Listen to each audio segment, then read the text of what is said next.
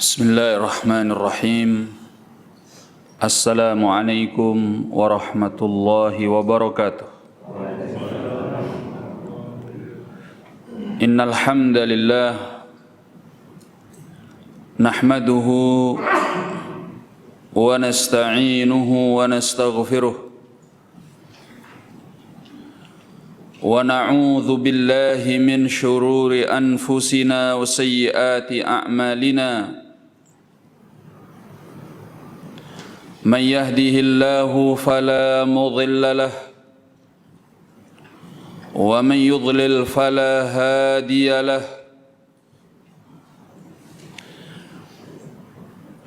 أشهد أن لا إله إلا الله وحده لا شريك له وأشهد أن محمدا عبده ورسوله يا أيها الذين آمنوا اتقوا الله حق تقاته ولا تموتن إلا وأنتم مسلمون ويقول نبينا عليه الصلاة والسلام فإن أصدق الحديث كتاب الله وخير الهدي هدي محمد صلى الله عليه وسلم وشر الأمور محدثاتها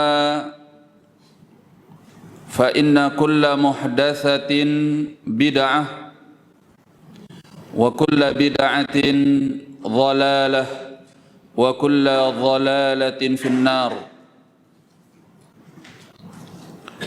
إخواني الكرام, a'azzani Allah wa iyyakum. Para jemaah sekalian, rahimani wa rahimakumullah. Pada kesempatan pagi hari ini, tak lupa senantiasa kita panjatkan segala puji dan syukur kehadirat Allah Subhanahu wa taala akan nikmat dan juga karunia yang dilimpahkannya kepada kita semua, sehingga di pagi buta ini kita mampu untuk bersimpuh duduk di dalam majelis ilmu untuk mempelajari kitabullah, ayat-ayat Al-Quranul Karim. Semoga Allah Tabaraka wa Ta'ala selalu memberi hidayahnya kepada kita semua, menghidupkan kita di atas keislaman dan keimanan, dan juga mewafatkan kita di atas keduanya. Amin ya Rabbal Alamin.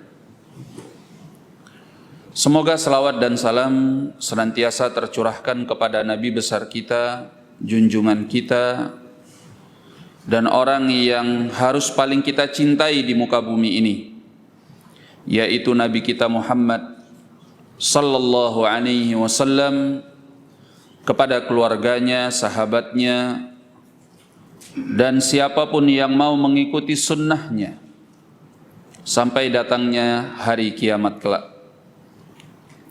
Ikhwanil kiram, rahimani wa rahimakumullah.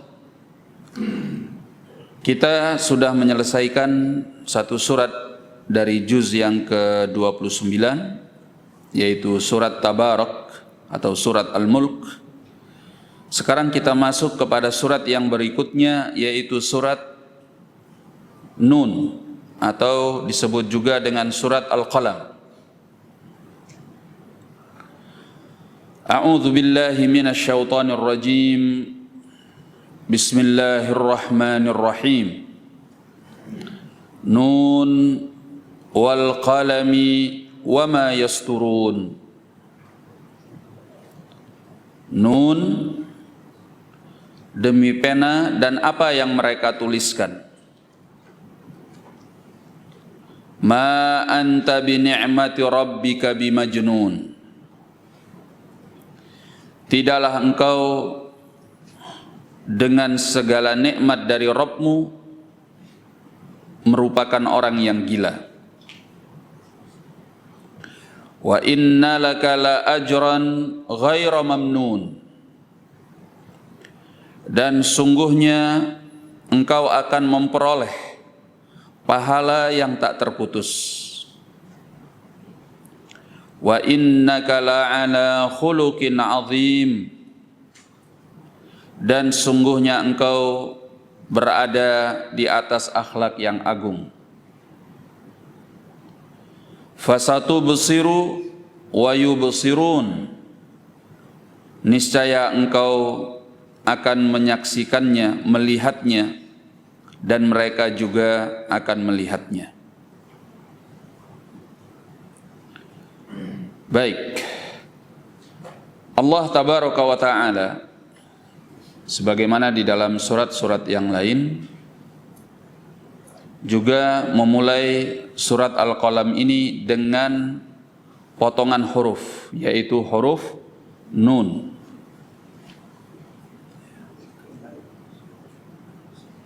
Allah mengatakan nun wal qalami wa ma yasturun. Di dalam Al-Quranul Karim, kalau kita mau menelitinya, dari potongan-potongan huruf yang disebutkan di awal surat tanpa pengulangan, itu berjumlah sekitar ada 14 huruf. Ya, semuanya ada 14 huruf. Dan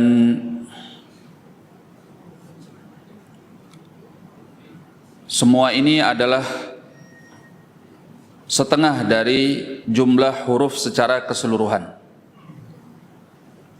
Karena jumlah huruf secara keseluruhan itu ada 28 huruf. Dan ini Allah sebutkan ada sekitar 14 bila kita kumpulkan tanpa pengulangan. Nah, dan apa saja huruf-huruf yang disebutkan di awal surat? Ya, ada al-alif, al-lam, kemudian mim, shad, ra, kaf, ha, ya, ain, ta, shad, kemudian sin, ha, qaf, nun. Itu semua ada 14. Untuk gampang menghafalnya, sebagian ulama membuat satu kalimat yang mengumpulkan semua huruf yang ada di awal Al-Quranul Karim, yaitu nassun hakimun qati'un lahu sir. Nassun hakimun qati'un lahu sir.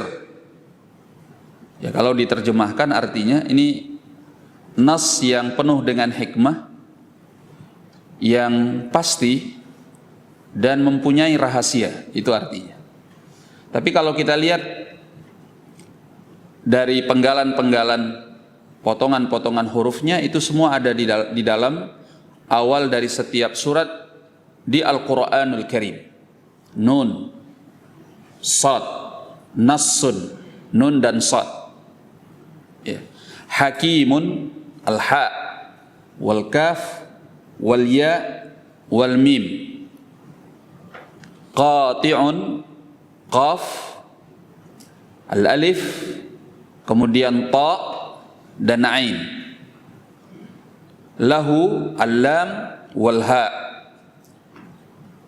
Sirrun, sin dan ra. Ada berapa semuanya? 14. Ya. Nah,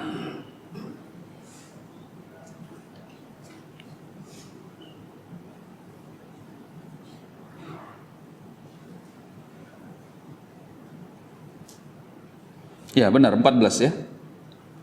Semuanya 14. Taib.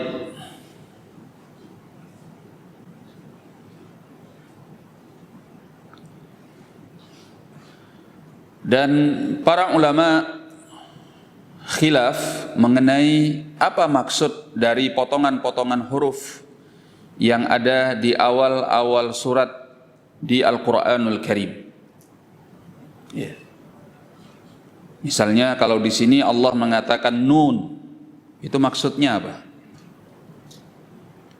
Atau di awal surat Al-Baqarah Allah mengatakan alif lam mim. Ya. Di awal surat Toha misalnya Allah mengatakan apa?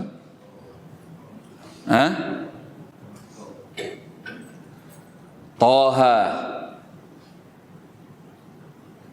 Taib. Ini apa maksudnya? Sebagian ahli tafsir mengatakan tentang potongan-potongan huruf ini yang ada di awal-awal surat dari surat-surat Al-Quran. Menurut sebagian ahli tafsir ini hanya Allah yang tahu apa maksudnya. Nggak ada dari kita manusia yang mengetahui apa maknanya, apa maksudnya. Hanya Allah yang tahu.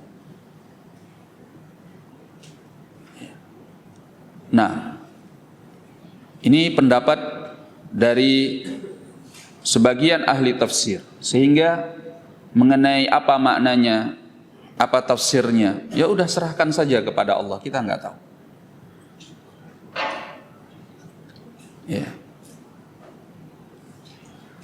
Ini adalah pendapat yang disebutkan oleh Imam Al-Qurtubi di dalam tafsirnya dari pendapat Abu Bakar, Umar, Uthman, Ali, Ibn Mas'ud radhiyallahu taala anhum dari kalangan as-sahabah. Juga yang berpendapat setelahnya dengan pendapat ini yaitu Asy-Sya'bi, Ats-Tsauri, dan juga ini pendapat yang dipilih oleh Imam Ibn Hibban. Nah, ini diantara para ulama yang mengatakan bahwa hanya Allah yang tahu tentang tafsirnya, maka kita serahkan saja maknanya kepada Allah. Kita nggak tahu. Karena ini cuma potongan-potongan huruf yang dalam bahasa Arab tidak punya makna. Ya, seperti di sini nun. Apa maksudnya? Apa maknanya? Apa tafsirnya? Wallahu a'lam. Tapi sebagian ahli tafsir, ya, semacam Abdurrahman bin Zaid bin Aslam mengatakan bahwa potongan-potongan huruf yang ada di awal-awal surat itu adalah hiya asma'us suwar. Itu adalah nama-nama dari setiap surat. Ya. Ini merupakan nama dari surat yang disebutkan di awalnya. Kemudian pendapat ini diperkuat dengan hadis di dalam Sahih Al-Bukhari dan Muslim dari hadis Abi Hurairah radhiyallahu an, bahwasanya kata Abu Hurairah radhiyallahu an, Rasulullah sallallahu alaihi wasallam kana yaqra'u fi salati subhi yaumal jum'ah alif lam mim as-sajdah. Ya. Bahwasanya Rasulullah sallallahu alaihi wasallam dahulu membaca pada salat subuh di hari Jumat dengan alif lam mim sajdah. Ya. Wa hal ata 'alal insan, dan juga dengan hal ata 'alal insan. Ini kan setiap awal surat. Ya. Alif lam mim itu kan di awal surat As-Sajdah. Kemudian di dalam awal surat Al-Insan hal ata 'alal insan. Iya kan? Jadi dengan hadis ini semakin memperkuat pendapat Abdurrahman bin Zaid bin Aslam yang menyatakan bahwa potongan-potongan huruf itu adalah nama dari surat-surat tersebut. Ya. Nah,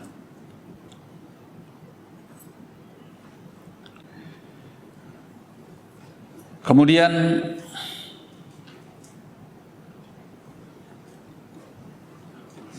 kata Al-Imam Mujahid rahimahullah, alif lam mim wa ha mim wa alif lam sad wa sad fawatih iftatahallahu bihal Qur'an. Ini semua kata beliau adalah pembuka-pembuka yang Allah buka dengannya Al-Quranul Karim. Taib.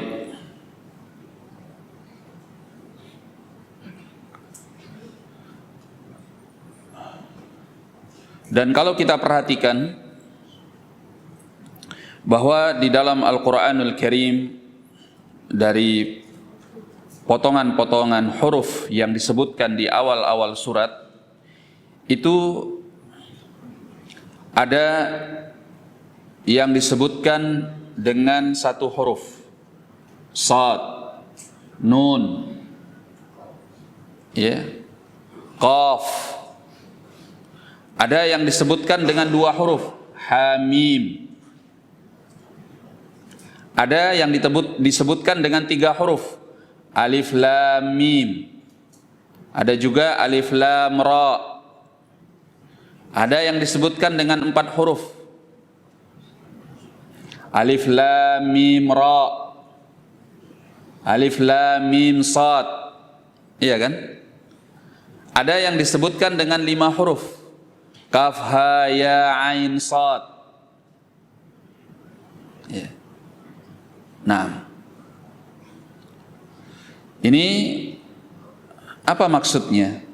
Disebutkan oleh sebagian ulama bahwa ini adalah merupakan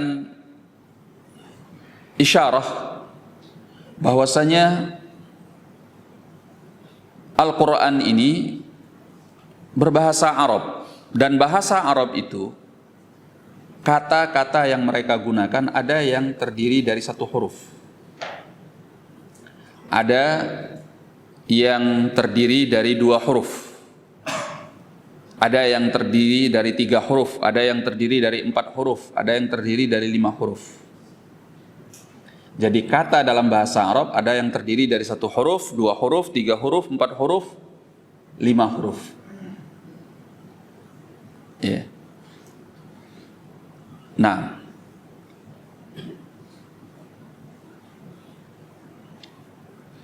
dan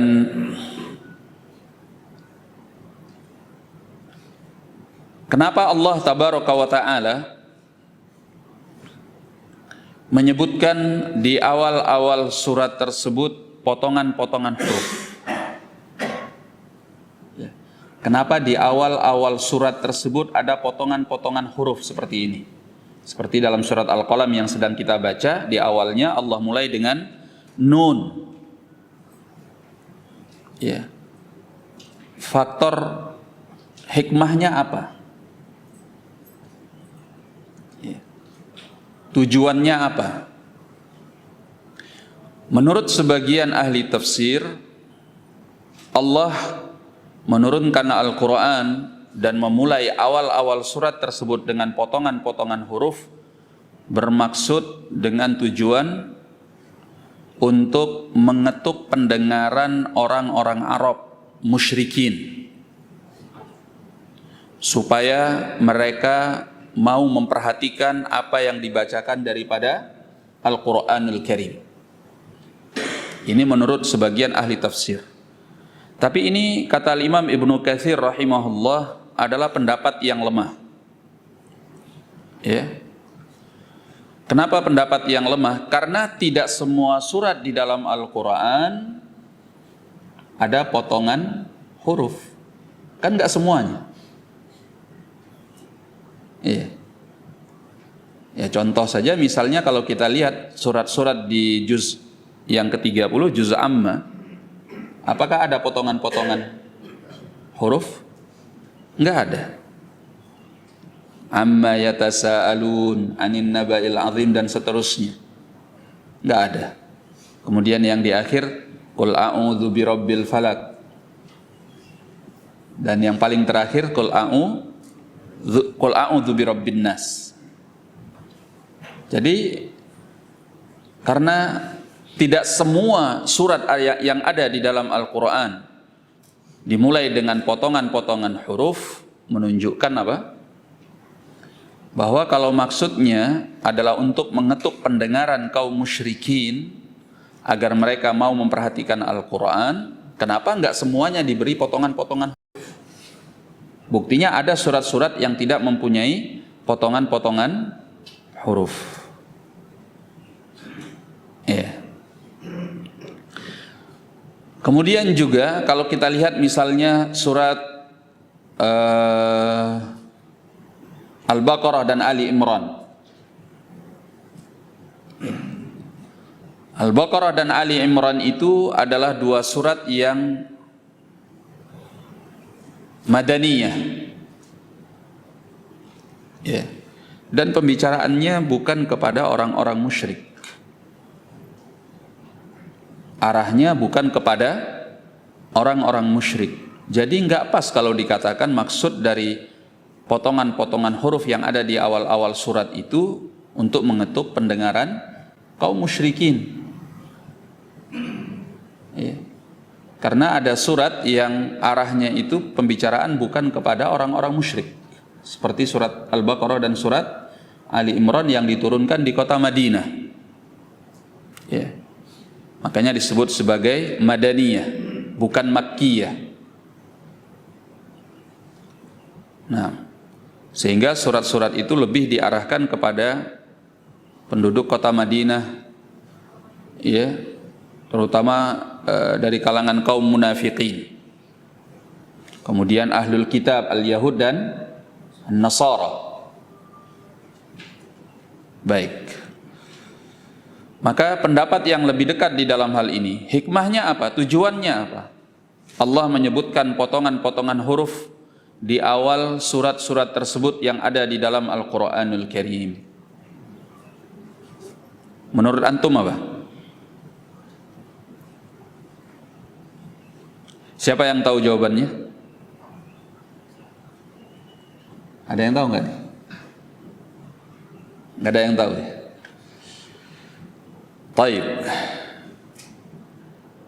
Dikatakan oleh Al-Imam Ibnu Katsir rahimahullah bahwa maksud dari potongan-potongan huruf yang disebut di awal-awal surat di dalam Al-Quranul Karim untuk menunjukkan i'jazul Quran, tentang betapa hebatnya mukjizat Al-Quranul Karim, ya, betapa agungnya keajaiban Al-Quranul Karim,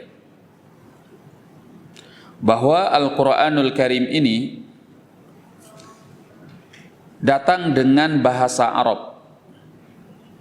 Maka Allah tunjukkan dengan potongan-potongan huruf yang biasa mereka pakai di dalam pembicaraan mereka, di dalam kalimat-kalimat mereka, di dalam kata-kata yang mereka ucapkan. Ini bahasa Arab, bahasa yang kalian pakai. Tapi pernahkah kalian bisa mendatangkan yang semisal dengan Al-Quran? Makanya kan datang tantangan-tantangan itu di dalam Al-Quran. Wa in kuntum fi raibin mimma nazzalna ala abdina. Apa kata Allah? Fa'tu bisuratin min mithli. Wad'u syuhada'akum min dunillah in kuntum sadiqin. Ya, di dalam surat Al-Baqarah. Kata Allah, apabila kalian berada di dalam keraguan terhadap apa yang kami turunkan kepada hamba kami, maka datangkan satu surat yang semisalnya dan panggil semua pembantu-pembantu kalian, penolong-penolong kalian, ya, untuk menolong kalian membuat satu surat saja yang bisa menandingi surat Al-Quranul Karim, ya, dari keindahan bahasanya, kemudian kandungan maknanya yang begitu luar biasa, ya. Coba kalian buat yang semacam Al-Quran, bisa nggak kalian? Jika kalian itu, kata Allah, adalah orang-orang yang benar. Tantangan ini berlaku sampai hari kiamat dan tidak akan pernah ada yang bisa. Ya. Padahal bahasa yang dipakai adalah bahasa Arab. Ya. Kalau orang sekarang tidak akan bisa, dari kalangan Arab itu tidak akan bisa. Orang dahulu saja di masa Nabi SAW, orang-orang Arabnya itu lisannya itu masih lisan yang murni, fasih. Ya, memang lisannya itu masih bahasanya betul-betul bahasa Al-Quran. Bahasa Arabnya itu memang tanpa kata-kata serapan dari bahasa asing, masih betul-betul murni. Bahkan mereka dikenal sebagai ahli syair, ya, yang mereka itu kalau menyerang orang yang tidak mereka senangi dengan syair-syair mereka itu lebih keras, lebih menyakitkan hunjamannya daripada tusukan pedang. Gitu. Itu aja mereka nggak bisa, apalagi orang Arab sekarang yang bahasanya sudah serapan dari sana sini. Lisannya itu sudah nggak asli, bahasanya itu sudah banyak berubah, ya, bahasa yang mereka pakai dalam keseharian.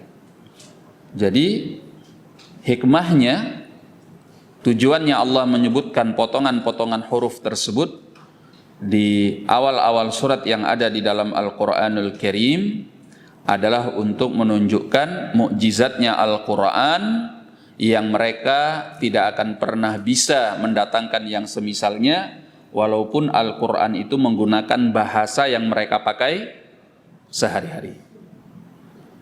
Ya. Dan ini yang disebutkan oleh Imam Ibnu Katsir rahimahullah, kata beliau adalah pendapat yang beliau dengar dari gurunya Al-Hafidh Al-Mujtahid Al-Imam Abil Hajjaj Al-Mizzi rahimahullah. Juga beliau sebutkan bahwa Al-Imam Al-Mizzi menyebutkan ini juga dari Syekhul Islam Ibn Taimiyah rahimahullah. Ya, keduanya adalah guru dari Al-Imam Ibnu Katsir. Taib. Jadi itu hikmahnya.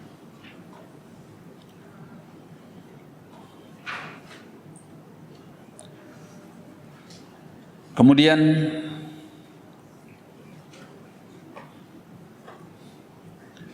ada berapa surat yang awalnya dimulai dengan potongan-potongan huruf. Ada sekitar 29 surat di dalam Al-Quranul Karim. Nah,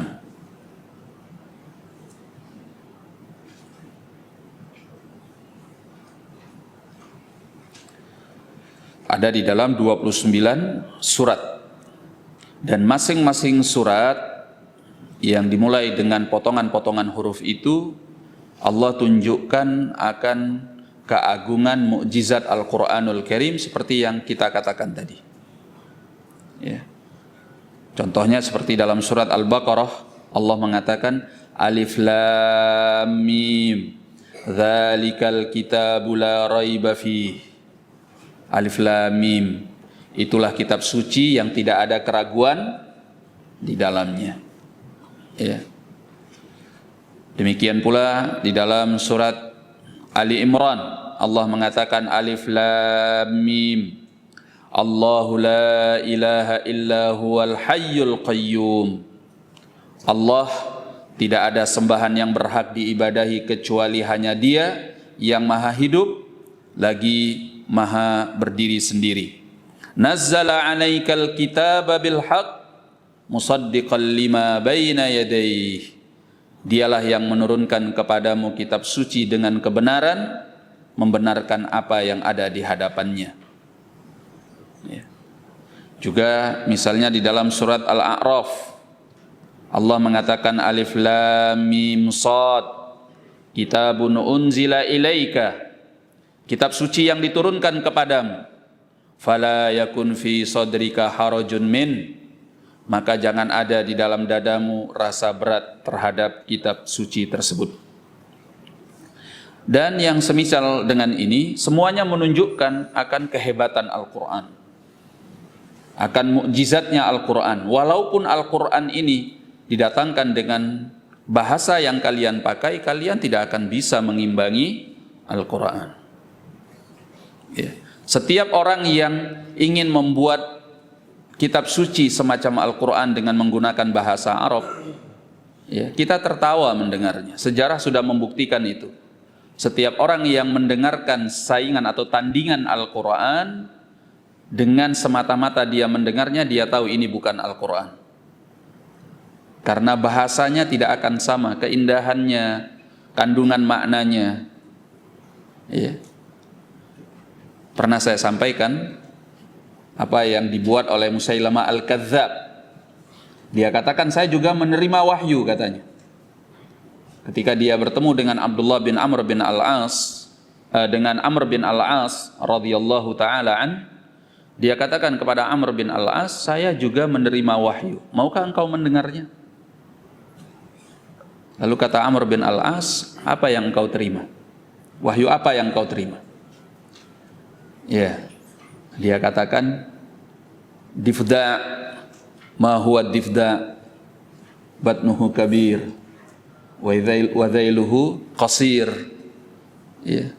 Kodok, kata. Tahukah engkau apakah kata itu? Ya, perutnya besar, kemudian ekornya pendek. Ya, ini dia ingin menandingi apa? Surat Al-Fil, surat gajah. Alam taro kaifa fa'ala rabbuka bi ashabil fil. Apakah engkau tidak melihat apa yang diperbuat oleh Rabbmu terhadap para pasukan gajah? Ini kan turun ayatnya atau suratnya karena peristiwa hebat yang terjadi pada di masa kelahiran atau di hari kelahiran Rasulullah sallallahu alaihi wasallam. Pasukan gajah yang dihancurkan oleh Allah tabaraka wa ta'ala. Kalau ini kan ngarang. Dan kelihatan banget dari sisi bahasanya, keindahan bahasanya, kemudian kandungan maknanya, enggak banget gitu. Sehingga apa kata Amr bin Al-As kepada Musailamah Al-Kadzdzab? Ketika Musailamah membacakan itu, lalu dia bertanya, bagaimana menurutmu surat ini? Surat kodok ini atau surat kata ini? Kata Amr bin Al-As radhiyallahu an, dia katakan, innaka ta'lamu annani a'lamu annaka kadzdzab. Katanya Amr bin Al-As, sungguhnya engkau sudah tahu bahwa aku ini tahu engkau adalah pendusta. Ya, engkau tidak menerima wahyu itu dari Allah, engkau yang membuatnya. Nah, jadi memang barakallahu fikum, tidak akan pernah ada yang bisa mendatangkan seperti Al-Quranul Karim, walaupun dia orang yang paling hebat dari sisi bahasa. Nah, jadi itu beberapa pembahasan mengenai potongan-potongan huruf yang ada dari awal-awal surat di dalam Al-Quranul Karim. Nah, kalau saya tanya kembali apa yang sudah dibahas tadi, bisa kira-kira? Antum ingat? Nah, kayaknya banyak yang tidak ingat. Ya enggak? Makanya mari kita baca apa yang Allah katakan berikutnya. Wal qalami wa ma yasturun. Demi pena dan apa yang mereka tuliskan. Ya. Ketika Allah mengatakan wal qalami, demi pena, Allah ingin menunjukkan kepada kita betapa besar anugerah pena yang Allah berikan kepada kita. Dengan pena itu ditulisnya ilmu, disimpannya pengetahuan, sehingga manusia bisa mengambil kemanfaatan yang besar dalam waktu yang lama karena mereka menulis. Ya. Maka dikatakan di dalam tafsir tafsir Al-Qurtubi rahimahullahu taala,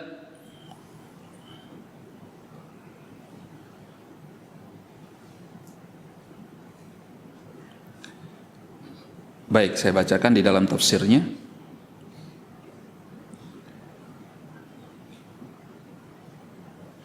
Ketika beliau mengomentari tentang firman Allah, Alladzi 'allama bil qalam, yang telah mengajarkan manusia dengan pena, yaitu di dalam surat Al-Alaq, dan ini sudah kita pernah pelajari. Kata beliau, 'allamal insana al-khatta bil qalam. Allah mengajari manusia itu menulis dengan pena. Berkata Al-Imam Qatadah rahimahullah, al-qalam ni'matun minallahi ta'ala 'azimah. Pena itu adalah nikmat yang besar dari Allah tabaraka wa ta'ala. Laula dzalik lam yakum dinun. Kalau bukan karena pena, agama tidak akan tegak. Walam yasluh aisyun, dan kehidupan tidak akan baik. Karena agama bisa berlangsung sampai saat ini karena, coba lihat, Al-Quran ditulis. Coba kalau Al-Quran nggak ditulis, kemudian para hufadzul Quran itu meninggal dunia semuanya, bagaimana kita akan bisa mewarisi Al-Quran? Hadis-hadis Nabi SAW ditulis dalam berjilid-jilid buku. Ya, kalau seandainya nggak ditulis, nggak kebayang sampai sekarang entah masih sisa ke kita tentang hadis-hadis tersebut atau tidak. Maka kata beliau, kalau tidak ada penulisan dengan pena, lam yakum dinun, tidak ada agama yang tegak. Walam yasluh aisyun, dan pengetahuan-pengetahuan dunia, ilmu-ilmu dunia, teknologi dan sebagainya, mulai dari kedokteran, ya, ilmu tentang pertanian, peternakan dan sebagainya, semuanya ditulis. Sehingga bisa diwariskan sampai kita pada saat ini dan sampai mungkin di masa yang akan datang pada generasi-generasi berikutnya. Ya. Fadalla ala kamali karamihi subhanahu wa ta'ala. Ini semua menunjukkan akan kesempurnaan kepemurahan Allah subhanahu wa ta'ala. Bi'annahu 'allama ibadahu ma lam ya'lamu. Yang mana Allah telah mengajari hambanya hal-hal yang sebelumnya mereka tidak tahu. Nah, wa naqalahum min zulmatil jahli ila nuril ilm, dan Allah pindahkan mereka dari kegelapan kejahilan kepada cahaya ilmu. Wa nabbaha ala fadli ilmil kitabah, dan Allah peringatkan akan kemuliaan ilmu menulis. Lima fihi minal manafi'il azimah la yuhitu biha illahu, karena di dalam menulis itu terdapat kemanfaatan-kemanfaatan besar, tidak ada yang bisa meliputinya kecuali hanya Allah saja. Wa maduwinatil ulum, tidaklah ilmu-ilmu itu dicatat. Wala quyyidatil hikam, dan tidak pula hikmah-hikmah itu bisa diperhatikan, ya, dituliskan.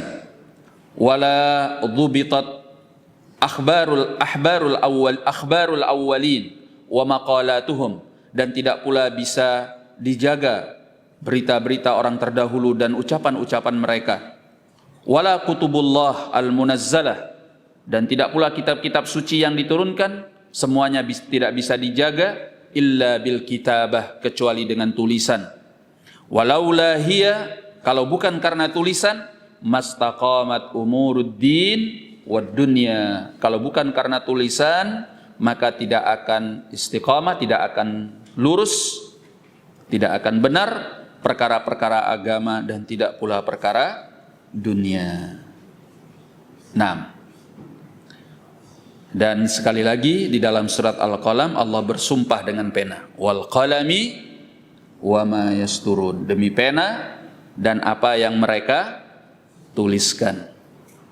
Nah, oleh karena itu orang yang belajar agama nggak mungkin nggak nulis. Gimana caranya?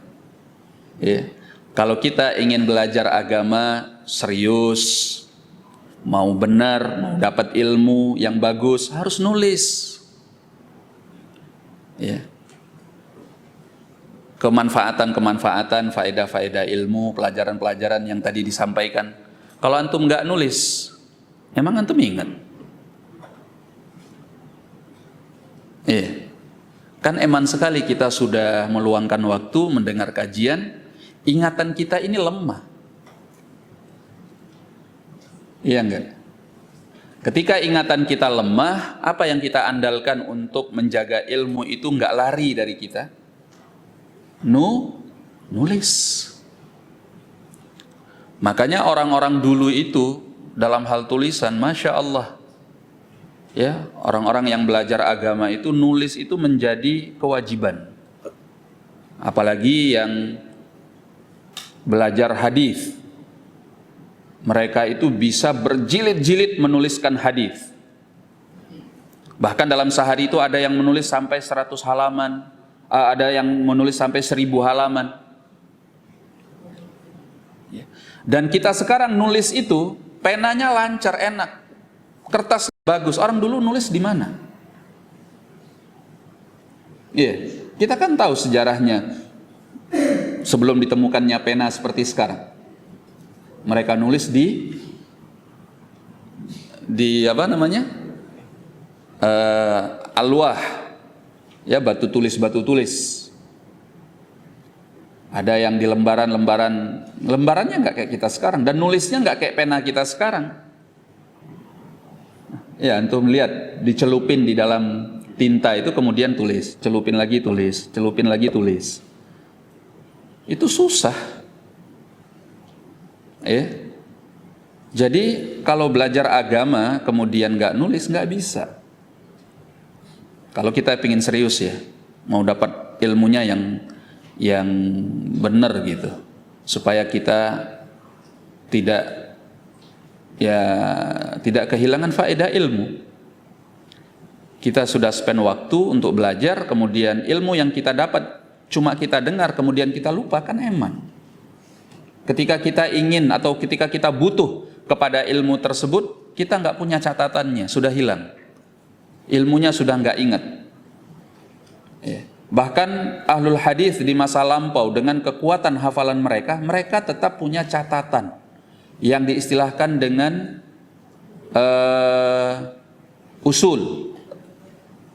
Ya. Jadi kalau mereka itu lupa akan riwayatnya, atau ketika mereka menyampaikan hadis kemudian ada yang menegurnya, terjadi perselisihan di situ. Yang benar yang mana? Maka dia kembali kepada catatannya, sehingga dia bisa meluruskan hafalannya kembali. Yang benar dia atau yang menegurnya. Dan catatan yang mereka simpan tentang catatan hadis itu nggak sembarangan. Itu catatan yang memang sudah diteliti dan mereka benarkan. Imma mereka benarkan lewat koreksi gurunya atau kepada orang atau kepada murid yang memang dipercaya tulisannya. Gitu. Nah, kita sekarang hafalannya lemah dan nggak mau nulis. Kira-kira gimana jadinya? Ya, makanya kita nggak pernah bagus ilmunya. Kalau ilmu agamanya nggak pernah bagus, agamanya sulit untuk bagus, karena agama ini berdirinya di atas ilmu. Sekarang kita bahas beberapa pembahasan tentang kenapa ada potongan-potongan huruf di awal surat dari Al-Quran. Ketika kita ditanya orang, kita nggak tahu, karena kita lupa. Nggak usahkan beberapa waktu kemudian, beberapa hari atau beberapa minggu, beberapa bulan. Sekarang aja nih kalau kita tanya, banyak yang nggak tahu nih, banyak yang sudah lupa, iya kan? Jadi memang harus nulis. Makanya datang riwayat dari ucapan Nabi SAW yang disahihkan oleh Syekh Al-Albani dalam Sahih Al-Jami'. Nabi SAW mengatakan, qayyidul ilm bil kitab, ikatlah ilmu itu dengan tulisan. Dari hadis Anas bin Malik, datang yang dari ucapan Anas bin Malik dengan lafaz qayyidul ilm bil kitabah, ya, ikatlah ilmu itu dengan tulisan. Maka seorang penuntut ilmu senjatanya adalah pena dan buku catatan. Kalau ada orang yang menuntut ilmu agama, datang ke majelis ilmu tanpa membawa pena dan catatan, itu sama dengan orang perang tanpa senjata. Kalau orang perang tanpa senjata itu disebut apa? Bonek. Disebut nekat itu. Ya, masa perang tanpa senjata? Jadi sangat penting sekali kalau kita belajar ilmu agama terutama, ya datanglah dengan membawa catatan dan pena. Nah, sekarang bisa Ustadz diwakili dengan HP. Ya kalau begitu tidak mengapa, catat dengan HP. Tapi masalahnya kalau antum ganti HP nanti hilang juga ilmunya. Ya, afwan anak ini dah nggak berilmu lagi. Kenapa? HP anak hilang. Ya karena ilmunya di HP. Tapi kan kalau buku catatan bisa kita simpan. Ya. Nah, barakallahu fikum. Atau enggak apa-apa dicatat di HP, kemudian nanti sampai di rumah dirapikan, dicatat di dalam buku.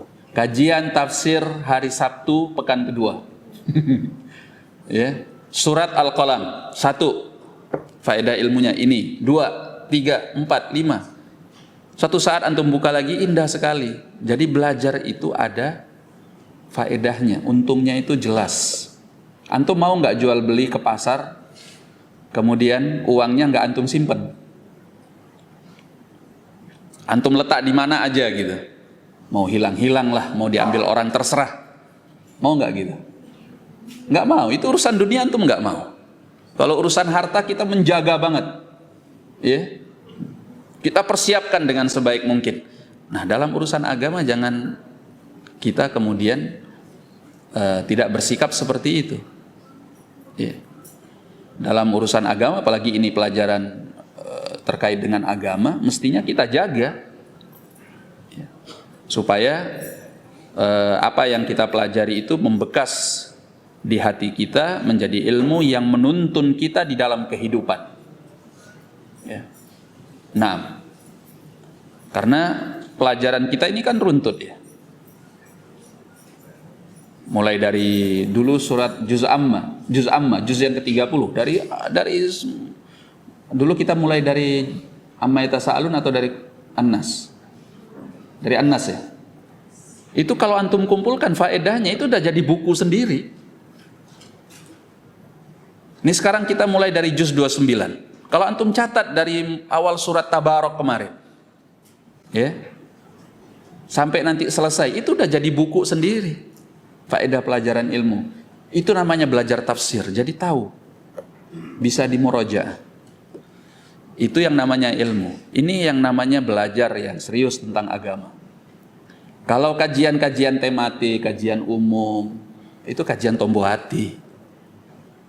Yang hanya sekedar meningkatkan keimanan, semangat, ghirah terhadap agama. Ya. Tapi yang lebih bermanfaat, yang akan membekas, yang akan menjadi cahaya, yang meluruskan kita di dalam kehidupan, ya belajarnya seperti ini, belajar yang bisa kita catat secara rutin, gitu.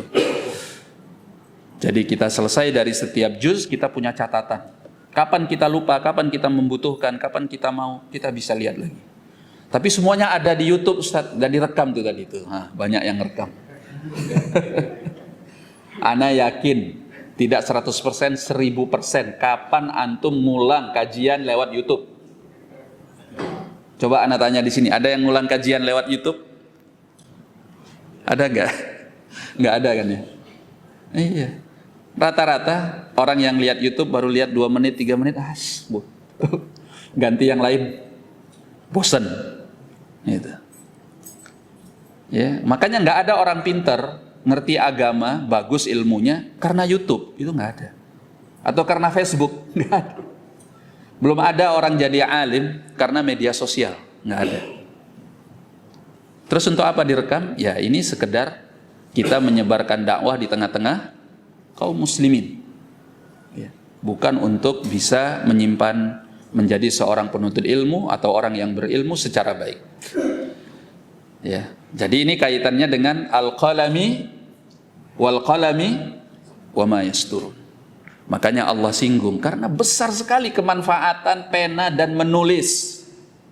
Sehingga Allah bersumpah dengannya. Ini enggak main-main.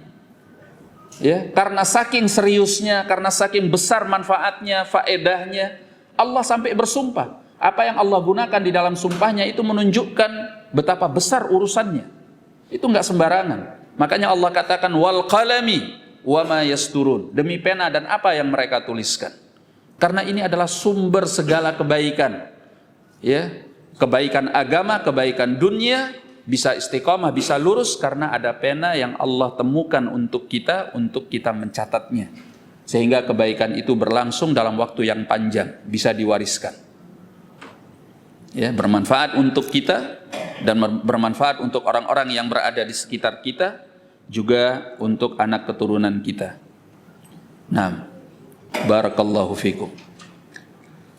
Ini tafsirnya secara umum. Sebagian ulama ada yang menafsirkan bahwa pena di sini, ya sebagian dikatakan oleh Imam Ibnu Katsir, ahli tafsir menafsirkan al-qalam di sini yang dimaksud adalah pena catatan takdir. Ya. Jadi ada yang memang sebagian menafsirkan pena yang dimaksud di sini adalah pena catatan takdir yang dulu Allah tabaraka wa taala sebagaimana disebutkan di dalam riwayat Al-Imam Ahmad dan yang selainnya. Naam, dari hadis Ubadah bin As-Samit bahwasanya Rasulullah sallallahu alaihi wasallam pernah bersabda, "Inna awwala ma khalaqallahu al-qalam." Makhluk yang pertama Allah ciptakan itu adalah pena, yaitu pena catatan takdir. Faqala lahu, lalu Allah mengatakan kepada pena tersebut, "Uktub," tulislah. Qala, maka pena catatan takdir itu bertanya kepada Allah, "Ya Rabbi, ma aktub?" Wahai Tuhan penciptaku, apa yang aku tulis? Qala, kata Allah, "Uktub kullama huwa kain ila yaumil qiyamah." Tulislah segala apa yang akan terjadi di alam semesta sampai datangnya hari kiamat. Nah,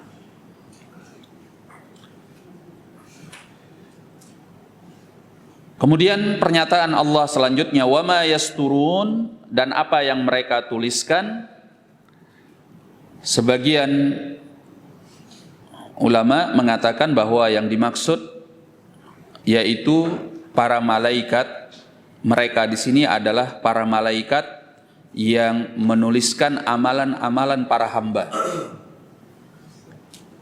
Jadi wal qalam, yaitu pena catatan takdir, demi pena catatan takdir itu, wama yasturun, dan apa yang mereka tuliskan. Mereka di sini adalah malaikat. Yang mereka tuliskan yaitu catatan amalan para hamba. Ini menurut sebagian ahli tafsir. Tapi sebagian yang lain mengatakan bahwa ayat ini bersifat umum. Ketika Allah bersumpah, Allah katakan wal qalam, demi pena, pena secara umum, ya, yang dipakai untuk mencatat, wama yasturun, dan apa yang mereka tuliskan yaitu tulisan-tulisan dan catatan-catatan mereka. Nah,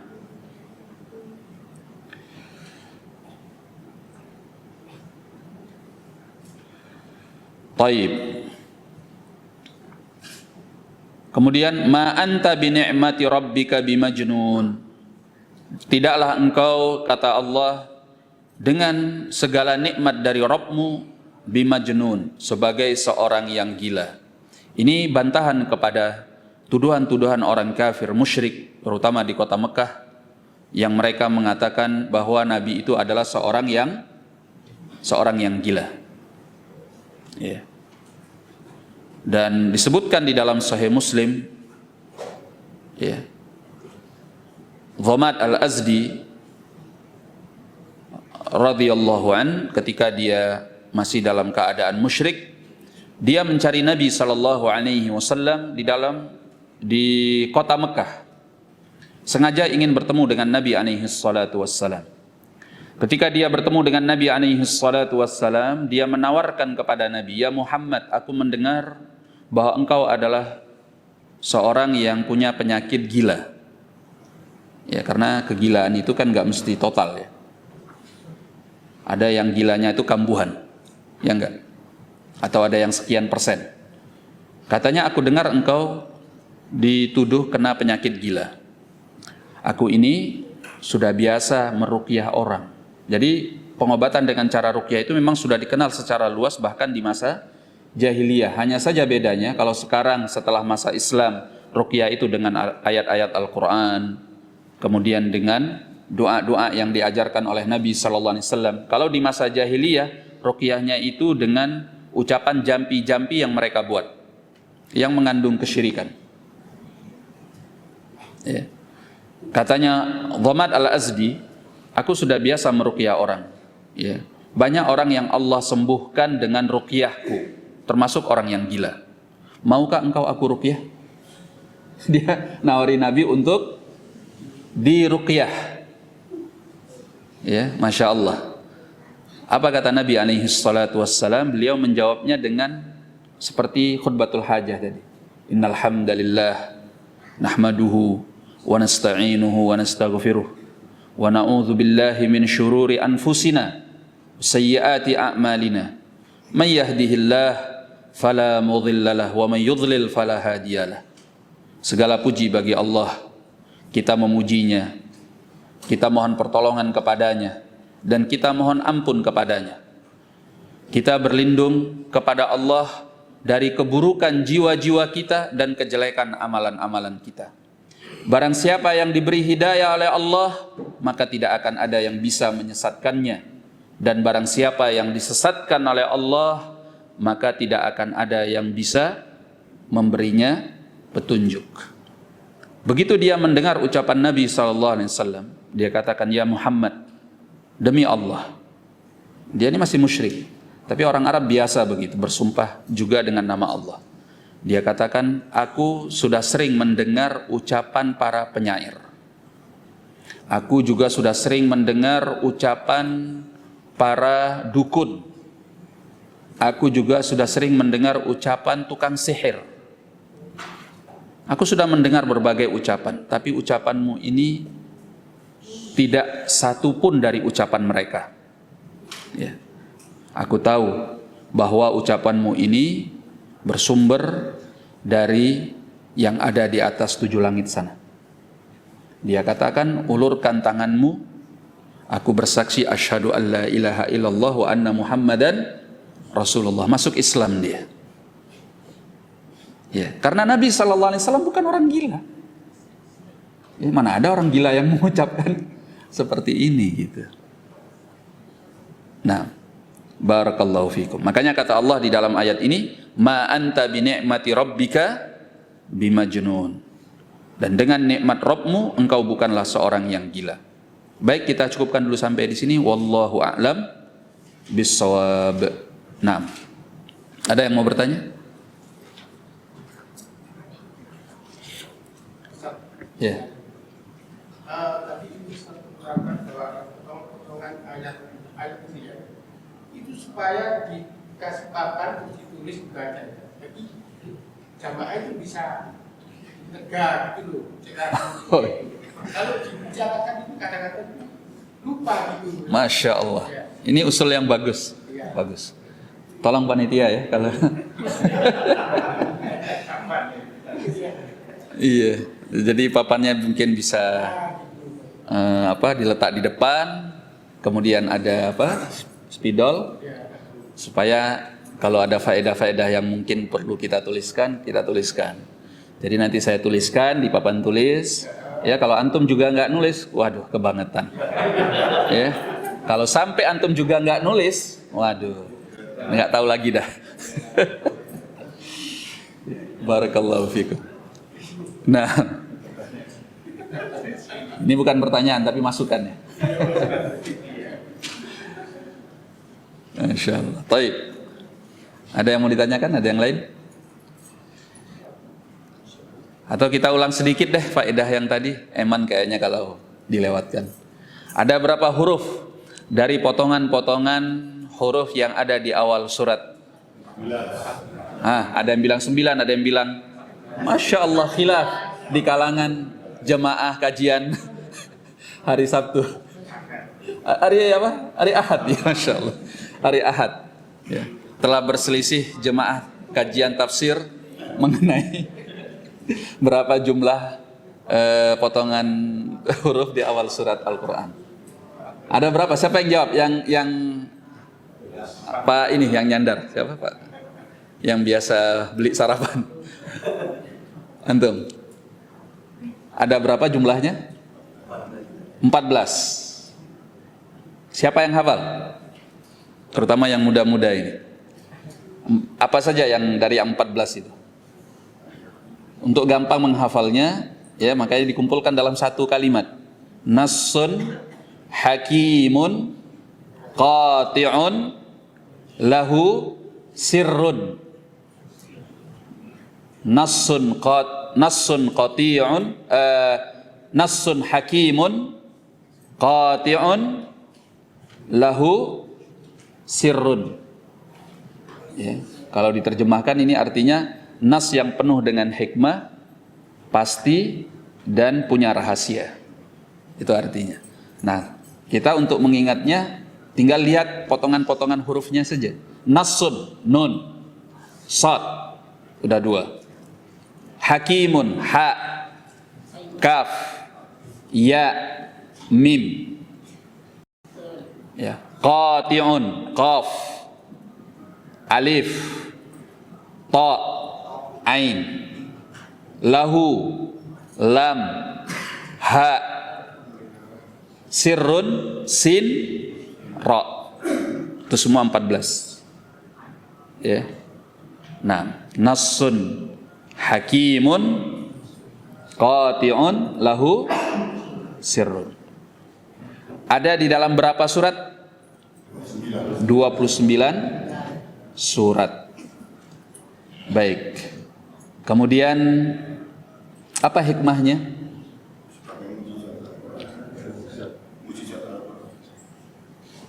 Siapa yang bisa jawab? Yang sebelah sana. Ada yang bisa jawab nggak? Yang nyandar bagian sana. Antum yang pakai apa?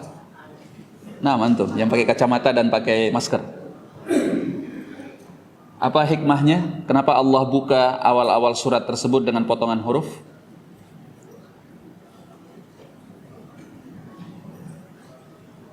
Nggak ingat ya? Ayo, siapa yang ingat? Antum? Untuk menunjukkan mukjizat Al-Quranul Karim, ya, yang mana Allah Tabaraka wa Ta'ala menggunakan Al-Quran itu dengan bahasa Arab. Ya, maka Allah tunjukkan potongan hurufnya ini loh adalah potongan huruf yang biasa kalian pakai di dalam kalimat-kalimat kalian. Tapi kalian tidak akan pernah bisa mendatangkan yang semisal dengan Al-Quran untuk menunjukkan betapa hebatnya Al-Quran. Ya, bahwa ini adalah sebuah mukjizat yang luar biasa. Mukjizat terbesar dari Rasulullah sallallahu alaihi wasallam apa? Al-Quran. Mukjizat Nabi sallallahu alaihi wasallam yang terbesar adalah Al-Quran. Taib. Kemudian apa makna dari potongan-potongan huruf tersebut? Antum? Ya. Sebagian ulama tafsir itu seperti menafsirkan itu untuk mengetuk kaum musyrikin. Lah. Itu pendapat sebagian ahli tafsir tentang hikmahnya. Kenapa Allah datangkan potongan-potongan huruf di awal surat? Yang ditanyakan sekarang, maksud makna dari potongan surat itu apa? Misalnya Allah mengatakan alif lam mim, maknanya apa? Alif lam ra, maknanya apa? Nun, maknanya apa? Nah, Bapak yang ngasih masukan, Pak siapa namanya? Hah? Pak Untung, mudah-mudahan beruntung. Apa makna dari potongan-potongan huruf itu?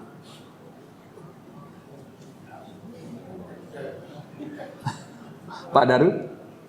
Masih ingat?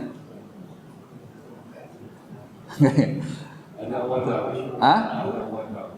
Sebagian ulama ahli tafsir mengatakan hanya Allah yang tahu. Iya. Mereka katakan hanya Allah yang tahu. Sebagian lagi mengatakan bahwa ini adalah nama dari surat tersebut. Ya, seperti pendapat Abdurrahman bin Zaid bin Aslam. mereka katakan bahwa kata beliau ini adalah nama asma uswar, nama dari surat-surat itu. Nah, kemudian diperkuat dengan dalil hadis dalam As-Sahihain di mana Abu Hurairah mengatakan Rasulullah sallallahu alaihi wasallam ketika salat subuh di hari Jumat, beliau membaca Alif Lam Mim Sajdah. Ya. Dan membaca Hal Ata 'alal Insan. Jadi surat itu dinamai dengan awal ayatnya. Makanya Abdurrahman bin Zaid bin Aslam mengatakan itu adalah nama dari setiap surat. Nah, dan wallahu a'lam, ya pendapat yang pertama itu lebih dekat ya, dan juga merupakan pendapat beberapa sahabat yang tadi kita sebutkan, pendapatnya Abu Bakar, Umar, Utsman, Ali, ya, para khulafa ar-rasyidin. Itu disebutkan pendapatnya bahwa makna dari potongan-potongan huruf tersebut wallahu a'lam bissawab, hanya Allah yang tahu apa maknanya. Ya, karena dia hanya penggalan-penggalan huruf, bukan dalam bentuk kata yang ada makna di dalam bahasa Arab. Nah, rahasianya apa? Wallahu a'lam. Yang jelas hikmahnya seperti tadi. Kalau hikmahnya seperti yang tadi disebutkan dari Al-Imam Ibnu Katsir yang menukilnya dari dua guru beliau, yaitu Al-Imam Al-Mizzi dan juga Syekhul Islam Ibn Taimiyah rahimahullahu ta'ala. Nah, barakallahu fikum. Kita cukupkan dulu sampai di sini. Billahi taufik. Assalamualaikum warahmatullahi wabarakatuh.